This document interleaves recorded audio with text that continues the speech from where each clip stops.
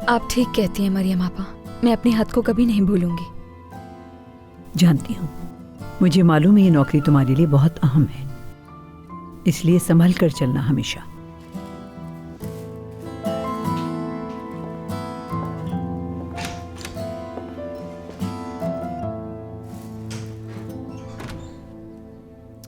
हद है, इंतहाई घटिया तरीन है उसका बाप। सही कह रही हो, मुझे बहुत तरस आया उसकी माँ को देखकर। बहुत ही साफ दिल और अच्छी खातून है वो।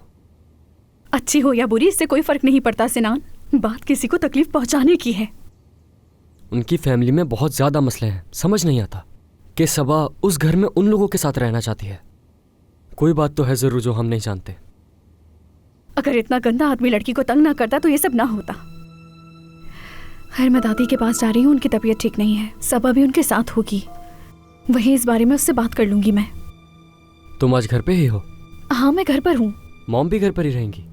नहीं, उन्होंने कहा था कहीं जाना है। ठीक है।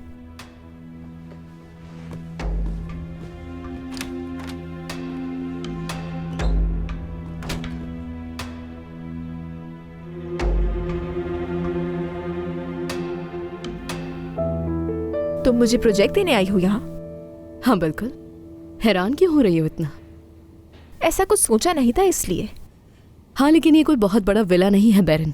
एक बहुत ही पुराने अपार्टमेंट का ग्राउंड फ्लोर है और उसमें गार्डन भी है।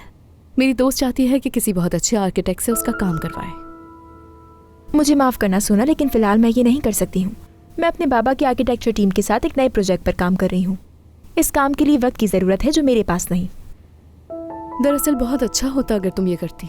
वैसे मेरी दोस्त के फैशन बिजनेस में बहुत से लोग जानने वाले हैं, इससे तुम्हारी बहुत अच्छी एडवर्टाइजमेंट हो सकती है। मुझे माफ़ करना, लेकिन मेरे ख्याल से तुम्हें इस काम के लिए मुझसे ज़्यादा प्रोफेशनल की ज़रूरत होगी। जैसा तुम्हें ठीक लगे। मुझे लगा सबसे पहले तुमसे पूछना चाहिए।